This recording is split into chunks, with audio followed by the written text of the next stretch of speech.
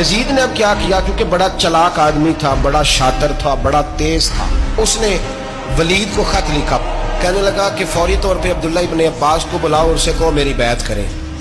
یہ جو بیعت ہوتی تھی نا، یہ بھی سن لے کیا ہوتی تھی، یہ بیعت حلف ہوتا تھا کہ میں اللہ رسول کے نام پہ حلف دیتا ہوں کہ میں یزید کی اطاعت کروں گا، میں اس کے خلاف کوئی بغاوت نہیں کروں گا۔ یہ بیعت لوگ سمجھتے ہیں کہ بس ہاتھ پکڑنے کا نام بیعت تھا، اس بیعت کا متبادل جمہوری ملکوں کے اندر ووٹ آیا ہے، تو کہا بیعت کرے، حضرت عبداللہ ابن عباس کو بھی بلاؤ، عبداللہ بن زبیر کو بھی بلاؤ، امام حسین کو بھی بلاؤ۔ امام حسین آدھی رات کے وقت بیٹھے تھے مسجد نبوی میں، چونکہ پانچوں نمازوں کی آپ امامت کرتے۔ امام حسین نماز پڑھا کے عشاء کے بیٹھے تھے جناب عبداللہ بن زبیر۔ عبداللہ بن زبیر کون تھے؟ یہ نبی پاک صلی اللہ علیہ وسلم کی پھوپھی پوتے تھے اور جناب صدیق اکبر کے نواسے تھے، حضرت عبداللہ بن زبیر، اور جناب زبیر بن عوام عشرہ مبشرہ صحابی ہیں، ان کے بیٹے تھے، بہت زیرک آدمی تھے، یہ بھی امام حسین کے پاس بیٹھے تھے۔ عبداللہ ابن عباس بھی تھے جو حضور کے چچا کے بیٹے ہیں، اس امت کے پہلے مفسر ہیں قرآن پاک، یہ لوگ بیٹھے تھے۔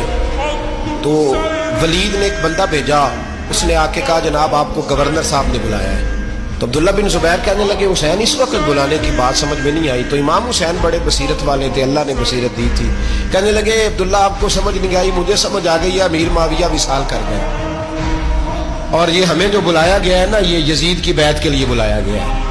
تو کہا پھر آپ آدھی رات کو نہ جائیں، آپ کے لیے خطرہ ہوگا۔ تو امام حسین فرمانے لگے خطرہ حسین کو نہیں ہوتا، نہیں کہا پھر بھی آپ مہربانی کریں ذرا احتیاط سے جائیں۔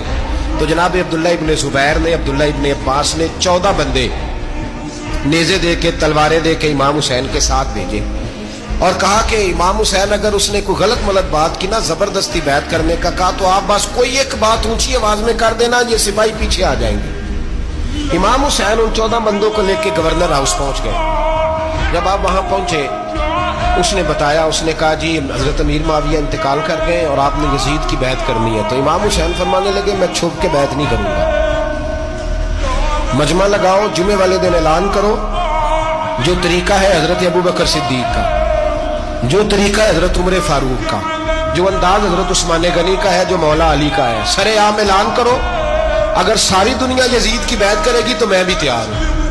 تم مجھ سے بیعت لے کے پھر لوگوں کو بتانا چاہتے ہو کہ حسین بیعت کر رہے ہیں، تو تم کیوں نہیں کر رہے؟ میں عام آدمی نہیں ہوں، لہذا چھپ کے بیعت نہیں کرتا۔ جب یہ بات کی نا، تو ولید بڑا نرم دل تھا اور امام حسین کی شان کو جانتا تھا، وہ جانتا تھا یہ نبی پاک کا خاندان ہے۔ اس نے کہا جی مجھے تو حکم تھا، باقی آپ حضور کے نواز ہیں، میں کر کچھ۔ وہاں ایک بڑا بدبخت شخص بیٹھا تھا، عبد الملک بن مروان، وہ ولید سے کہنے لگا کہ اگر حسین آج تمہارے ہاتھ سے نکل گئے تو تمہارے لیے بہت بڑا مسئلہ کھڑا ہوگا، انہیں جانے نہ دینا، یا بیعت کراؤ یا ان سے کہو جنگ کے لیے تیار ہو۔ تو امام حسین رضی اللہ تعالیٰ عنہ کے کانوں میں آواز گئی تو فرمانے لگے ابن مرجانہ، اگر تیرے اندر جرت ہے تو آ سامنے حسین کے، اس کے کانوں میں باتیں نہ کر، کانا پھوسی نہ کر، باہر آ میدان میں، شرارت نہ کر، باہر آ، میں تمہیں ابھی بتاتا ہوں کہ حسین سے مقابلہ کرنے کا انجام کیا ہے۔ یہ کہہ کہ امام حسین باہر نکلے، اپنے بھائی محمد بن انفیہ کو بلایا، عبداللہ بن زبیر، عبداللہ ابن عباس، ڈھیر سارے لوگ اکٹھے ہو گئے۔ فرمایا یہ معاملہ ہے، اب کیا کرنا ہے؟ تو وہ کہنے لگے حضور وقت ابھی مناسب نہیں ہے، آپ اس طرح کریں یہاں رکیں، ہم مکے سے، عراق سے، کوفے سے لوگوں کو بلاتے ہیں، یہاں ایک بڑی مجلس مشاورت قائم کرتے ہیں۔ امام حسین فرمانے لگے اگر تم مشاورت قائم کرو گے تو ولید اور عبد الملک بن مروان وہ تو جنگ کرنے کو تیار ہیں، اور نبی پاک نے فرمایا ایک مینڈا ہوگا جس کی وجہ سے مدینے کی گلیوں میں لہو بہے گا۔ فرمانے لگے میں وہ بکرا، وہ مینڈا نہیں بننا چاہتا۔ کہا پھر آپ کیا کریں گے؟ تو امام حسین رو پڑے، فرمانے لگے میں مدینہ چھوڑ جاؤں گا، لیکن مدینے کی حرمت پامال نہیں ہونے دوں گا۔